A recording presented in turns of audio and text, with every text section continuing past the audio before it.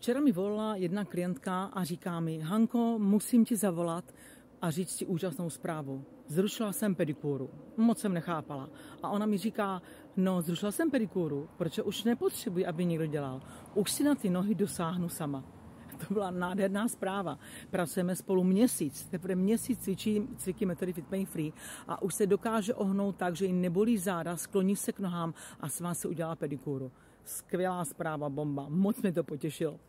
Cviky metody Fit Pain Free spousta z vás vyzkoušela online a já vás teď zvu: pojďte na živý workshop, pojďte si to vyzkoušet na vlastní kůži, bude u vás instruktor, pomůže vám, opraví vás, můžete s ním konzultovat svoje problémy, dovíte se spoustu informací, jak teoretických, ale hlavně praktických cviků.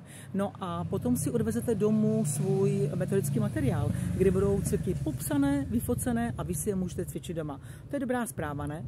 Pokud byste náhodou nemohli na workshop naživo, tak potom je ještě jeden workshop na v listopadu online a tam je stejná náplň, zase to jsou 3 hodinky cvičení a povídání a také i tam dostanete ten metodický materiál, kde budou další cviky. Tak pojďte na to, dejte si 3 hodinky pro svoje zdraví a posuňte se dál na cestě ke zdraví. Možná i vy budete na té cestě a v tom místě, že budete muset odvolat pedikúru, nebo moc to odvolat pedikúru, protože už si na ty nohy dosáhnete.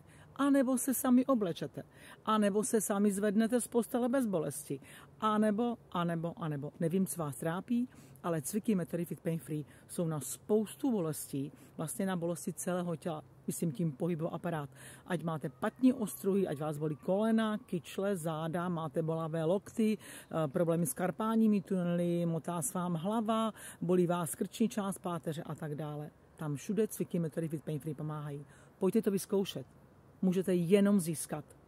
Začala jsem spoustu workshopů, kde přišli za mnou po workshopu ti účastníci a říkají, že se zbavili bolesti, které měli několik měsíců nebo dokonce i roku. Je to neuvěřitelné, já se taky vždycky divím. A pokud tomu nevěříte, tak já vám věřím, že tomu nevěříte, protože tohle musíte zažít.